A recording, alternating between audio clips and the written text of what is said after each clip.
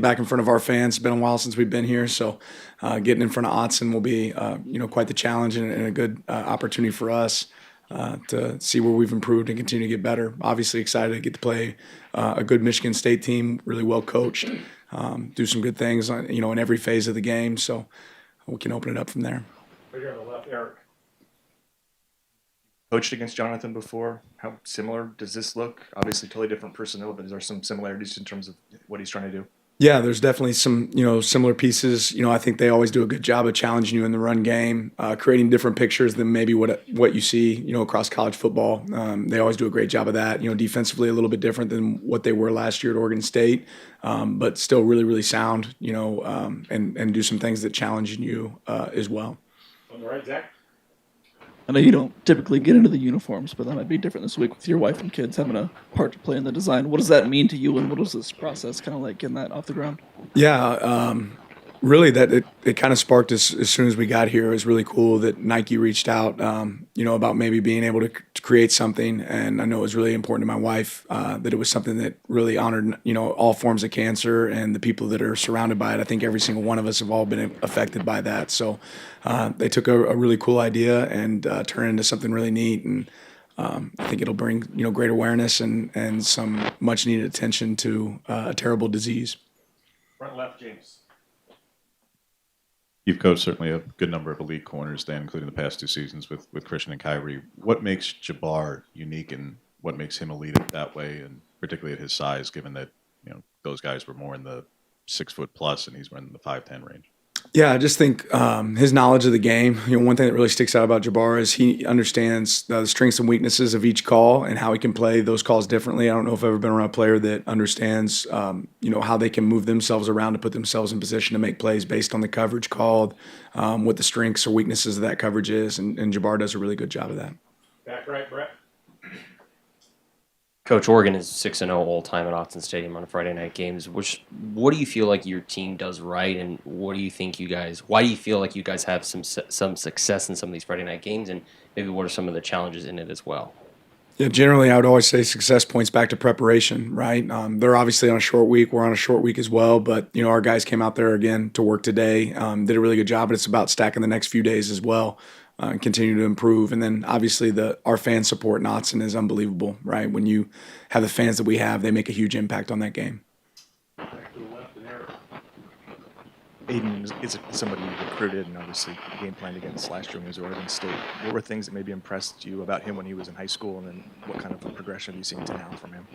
Yeah, he's a really talented player. One of the biggest things that sticks out is the way he's able to keep plays alive and continue to make things happen with his legs. Their average depth of target is way downfield, right? They take a lot of shots. They have some wideouts out there that have done a good job winning on the perimeter, and he throws a really good deep ball. So I think those are probably the 2 things that stick out the most is the ability to connect on deep shots, and then his ability to extend plays with his feet. All right, Zach. Everyone playing and coaching this game obviously has history with Friday Night Lights. Do you kind of play into that a little bit, this game not being on a typical Saturday? Yeah, absolutely. Showed a little bit of the Permian football team today in our team meeting. Front left, James. What's the credit for the linebacker core's improvement as a whole, Dan? Whereas I'd say it's, at this point, probably the best of your tenure and probably the best of many years before that in terms of not just being top-heavy and relying on one guy, where you're getting it from the top 3 at a pretty elite level right now. Yeah, I think a lot of credit goes to those guys and the work that they've put in, and then certainly a ton of credit goes to Coach Michalowski and the job he's done of developing those guys and getting them ready. Our scheme isn't necessarily the easiest thing for linebackers, so having a guy that can coach them really well is very important. And Brian's done a great job with those guys, but that's also one of the hardest working groups on our team. One of the most accountable groups on our team, and they hold themselves to a higher standard as well. Childs isn't the only Oregon State player on this offense. They also have center Tanner Miller and tight end Jack Velling. Just what have you seen from their film so far this season?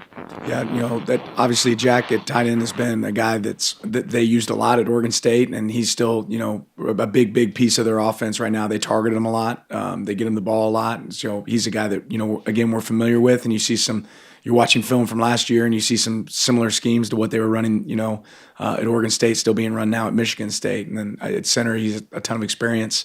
Tough player, has done a really good job as well. On the left, Eric. It seemed like this was maybe Poncho's best game playing center. I guess, did you feel similar? Or I guess, how did you assess his play? And is that where you anticipate him kind of being the rest of the year? Yeah, I thought he played really well. And I think there's several guys that had good games this game. But yeah, I thought Poncho played well, looked comfortable, and I think is that somewhere we'd love to be able to keep him? Yeah, but that's also dictated a little bit by how's the rest of the season go and what's it look like with other people positionally as well. Back left, Matt. Started to see a little bit more of Kyler Casper, Justice Lowe. Just what's been their evaluation through 4 games, and just what are you seeing out of them? Yeah, they're proven to be accountable. Trustworthy guys that do their job. Kyler's become a guy that has a role in the red area for us. Justice, every time we've called his number, he's gone out there and done really what he's supposed to do. And I think if you continue to grow, that you're going to continue to get opportunities. On the right, Zach. I know it's still early in the week, but do you have an outlook for Terrence for this week? Yeah, he practiced today. He'll be ready to roll. Front left, James. You talked about familiarity and guys going against their former teams. What does Derek Harmon's knowledge of their defense, how does that help you guys this week? Since he was there in the spring, it's a little bit different compared to guys who were there a year or two ago. Yeah, there's some, but ultimately on both sides of the ball, there's some familiar faces on both sides of the ball for them and us. And I think that you still got to go out there on the field and execute. You guys going to continue to rotate back with quarterbacks in terms of entering in that kind of a situation? Just any comment on Austin over Dante there? Yeah, no comment other than just continue to utilize our guys and we'll roll whoever we feel like we need to roll out there in those situations. Back left, Matt. How would you evaluate the success of just the overall run game at the running back position for you guys through 4 games? I'd say there's positives and negatives. I still think we're waiting to break some second level tackles. I think that's something that can show up that can create a little bit more, explosive nature in our run game. But I do think we're hitting holes in the right spots. I think it's something we got to continue to be able to lean on and make sure that we can improve, because when you become a team that can run the ball extremely well, it opens up everything else in your offense. Back right, Aaron.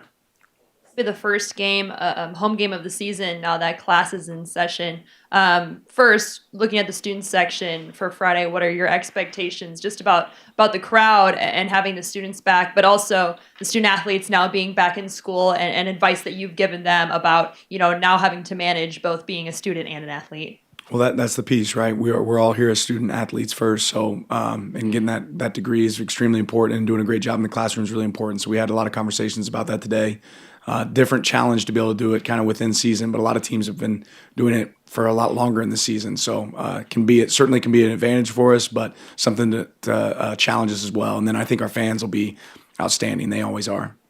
Front left, James. What has Nico done to go from a rotational outside guy and a nickel guy for you last year to really kind of carving out that CB2 spot for you guys at this point, Dan? Yeah, I think he's just shown a level of consistency. He's done a really good job there. Him and Dante both are rolling quite a bit at corner, and they both earned those opportunities. Back left, Matt.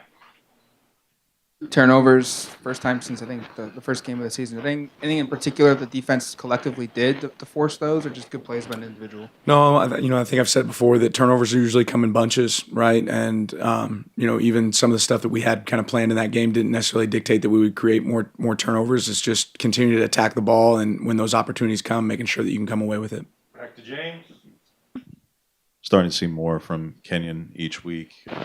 At what point, if at all, does it get to a conversation of him getting more opportunities, not just in general, but even perhaps more opportunities than Pat? And I realize that Pat's excellence is also in the blocking capacity. But at what point do the rep counts perhaps flip, if at all? Yeah, every one of our tight ends bring a lot of different strengths. I love the way that we're utilizing Kenyon right now, but I also love the way that we're utilizing Pat and Terrence. And when you have multiple guys that can do multiple things, I think it's really important that you tap into those. It also makes it really hard for a defense to hone in on what a guy can do. Back right, Brett. Coach, only 6 points in that second half win against UCLA. What do you really attribute maybe the second half offensive struggles to, and how did you kind of attack that in this first practice back on Monday? Yeah, we did a lot of things to, challenge ourselves from that area. But part of it starts just with field position. We started with the ball in different locations than early in the game. They were able to flip the field on us, but we also just have to, create consistency and not, hurt ourselves. And that's just continue to kind of be the thing that we recognize, at least, that when we don't hurt ourselves, we have a lot of success. And if we eliminate that, then that's something that's going to make us a lot better, obviously. Right left, James. What's the timeline for determining if Matt Bedford will seek a waiver for an additional year, and just how that'll impact not just this year, but also the impact it could have on next season? Yeah, it'll be a conversation we have when it's worth time having that conversation. All the way in the back on the left, Matt. What do you like about Mari Washington lining up in the backfield for you guys on the defense? He's big, he's fast, he likes to hit. All those things I think are fun to see out there on the field. So obviously fun for him to get out there and help us. James. What's allowed Michigan State's pass rush, particularly Bogle and Turner, to be as disruptive as they've been so far? Just athletic players. Like again, I said they're really sound in their scheme, but they do a good variety of things. But those guys understand obviously what they're supposed to do, and then they have talent. Oh, yeah, where he goes. Thank you. Thank you. Appreciate